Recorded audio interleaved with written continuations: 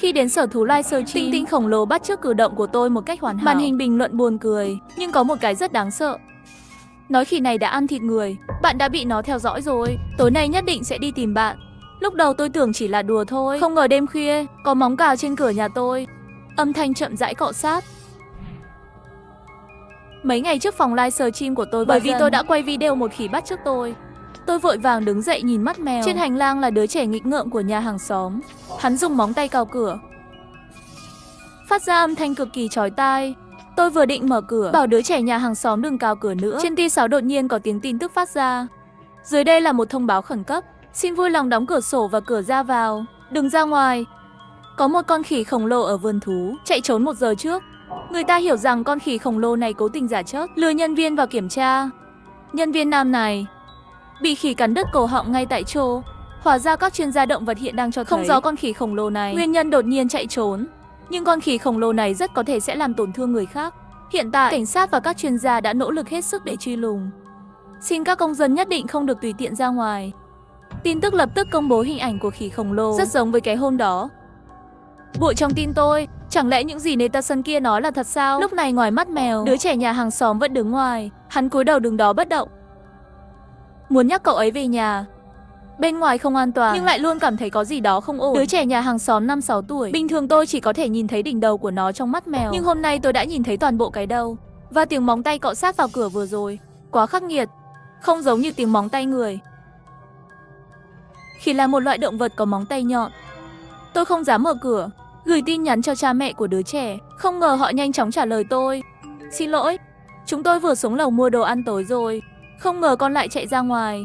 Bạn có thể vui lòng đưa cậu ấy về nhà một chút được không? Tôi cũng đã nghe tin về cuộc chạy trốn của khỉ. Yên tâm, chúng ta sắp về đến nhà rồi, khoảng 5 phút. Thái độ của hàng xóm, tôi không thể từ chối yêu cầu này. Tôi do dự một lúc, hay là đẩy cửa ra một khe nhỏ rộng 1 ngón tay. Em trai, bên ngoài không an toàn, em đến nhà anh trai ngồi một chút được không? Nhà anh trai có rất nhiều kẹo. Bố mẹ em sắp về rồi. Theo bình thường trẻ em hàng xóm rất dễ dụ ngọt, nghe kẹo sẽ rất phấn khích. Nhưng hôm nay hắn vẫn đứng trong bóng tối, đầu không nhúc nhích. Và sau khi nhìn thấy khuôn mặt của cậu ấy, cảm giác kỳ lạ trong lòng tôi càng ngày càng mạnh mẽ. Chiều cao của cậu ấy cao hơn nhiều so với trước đây, gần bằng chiều cao của tôi rồi. Mặc dù tôi và cậu ấy đã không gặp nhau gần 1 tháng rồi, nhưng một đứa trẻ 5-6 tuổi làm sao có thể tăng cao như vậy trong thời gian ngắn. Cậu ấy nhanh di chuyển ra khỏi bóng tối. Ngay lập tức, đồng tử của tôi co lại dữ dội. Một khuôn mặt tròn quen thuộc từ phía sau khuôn mặt của một đứa trẻ, với tốc độ cực kỳ chậm. Đó là con khỉ khổng lồ đã trốn thoát. Đôi mắt đỏ của hắn ta nhìn chằm chằm vào tôi, khóe miệng nứt ra một độ cong phóng đại. Hắn ta đang đeo mặt một đứa trẻ. Tôi cảm thấy lạnh ngay lập tức, muốn đóng cửa nhanh nhất có thể, nhưng vẫn muộn một bước. Khỉ lòng bàn tay duỗi mạnh, móng tay nó đen và dài, có máu đỏ thẫm trên móng tay. Tôi hét lên và cố gắng đóng cửa lại. Cũng may không mấy lần, hắn bị kẹp đau, rút lại móng vuốt. Tôi đổ mồ hôi và thở hổn hển đứng sau cánh cửa. Một lúc sau tôi mới dám nhìn vào mắt mèo. Trong hành lang đã không còn bóng người trợ giúp kịch tính. Tôi run rẩy gửi tin câu hàng xóm, nói với họ rằng con họ đã chết, bảo họ đừng quay lại. Thật tốt khi tìm một nơi an toàn. Nhưng giây tiếp theo tôi nhận được câu trả lời của hàng xóm. Tôi nói, chuyện gì xảy ra với bạn vậy? Bạn không cho con tôi vào nhà cũng được. Còn nguyền rủa con tôi. Con tôi rõ ràng ngồi ở đầu cầu thang chờ tôi. Hàng xóm rất không vui. Ngay sau đó anh ấy đã gửi cho tôi một video. Trong video, đứa trẻ hàng xóm đứng ở góc cầu thang. Đứa trẻ chỉ lộ ra một cái đầu. Tay tôi khó có thể cầm điện thoại di động. Đây rõ ràng là dùng khuôn mặt của một đứa trẻ thu hút cặp vợ chồng hàng xóm. Tôi hét qua cửa bảo hai vợ chồng hàng xóm chạy đi, nhưng vẫn muộn. Tôi nghe thấy 2 tiếng hét. Qua mắt mèo, tôi thấy đàn ông bò trên mặt đất. Phía sau là vết máu đỏ thẫm. Cứu tôi, anh ấy đang nhờ tôi giúp.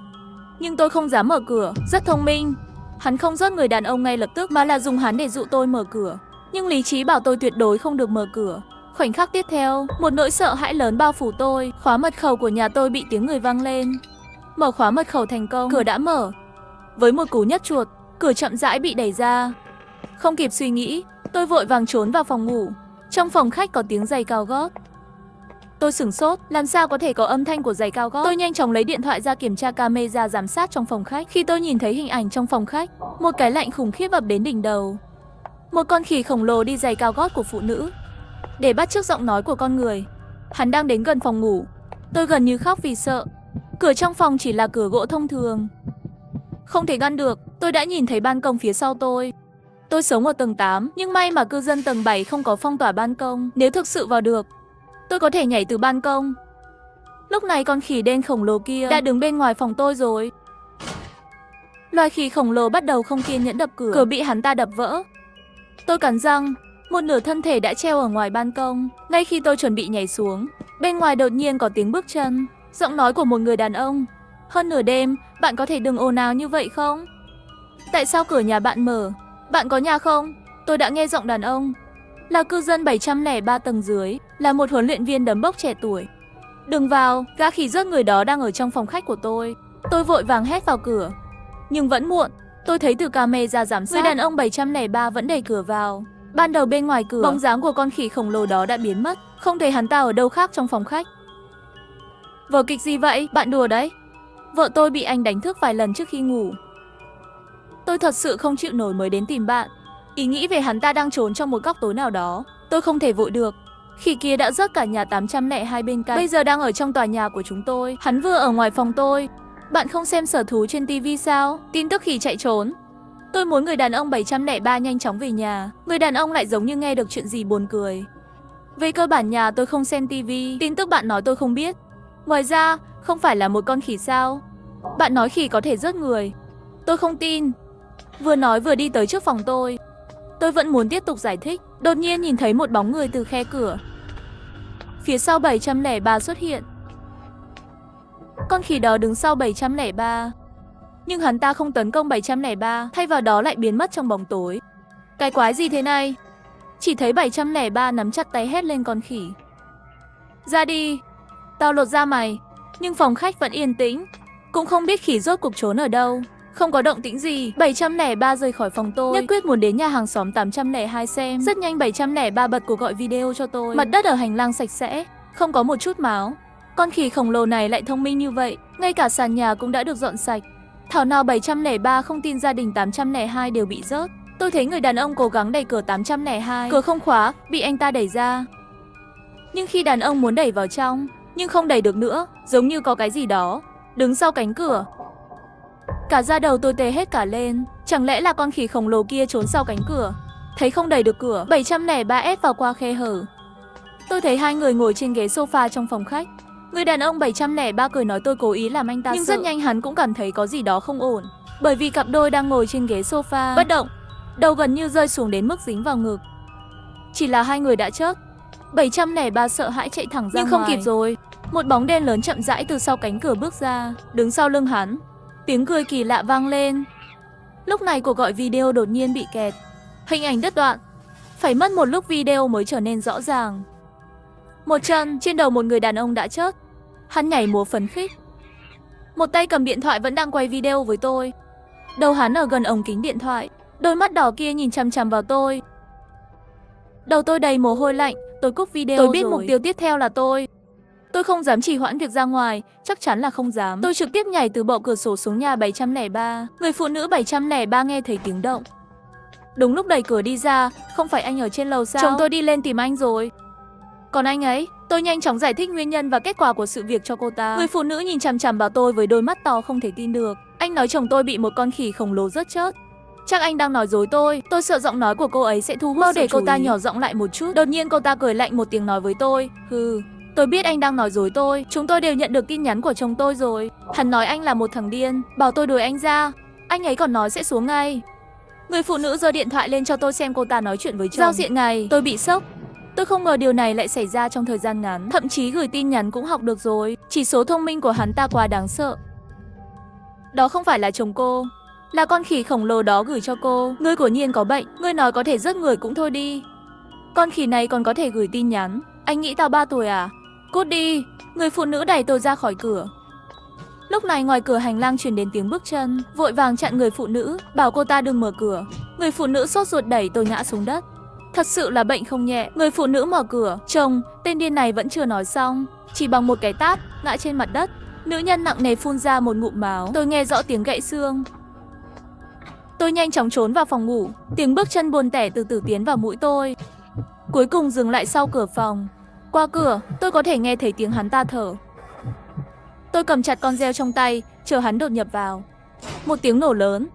Một lỗ thủng ở giữa cửa, khuôn mặt xuất hiện ở cửa hang, cười với bên tai của tôi. Chẳng lẽ hôm nay thật sự phải chốt ở đây sao?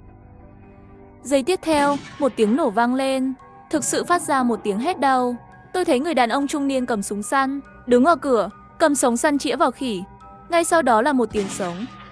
Con khỉ lại hét lên chói tai. Thân thể to lớn lắc lư một chút, ngay khi người đàn ông chuẩn bị nhắm một lần nữa, nhưng lại trực tiếp chạy về phía cửa sổ bên trong phòng khách. Nhảy xuống. Người đàn ông trước mắt có râu, thân hình mạnh mẽ. Người đàn ông nói với tôi anh ta là hộ gia đình số 206 tên là một người gác rừng. Hôm nay mới xin nghỉ về, tôi đã nói rồi. Tối nay nó nhất định sẽ đến tìm bạn. Tôi kinh ngạc nhìn hắn.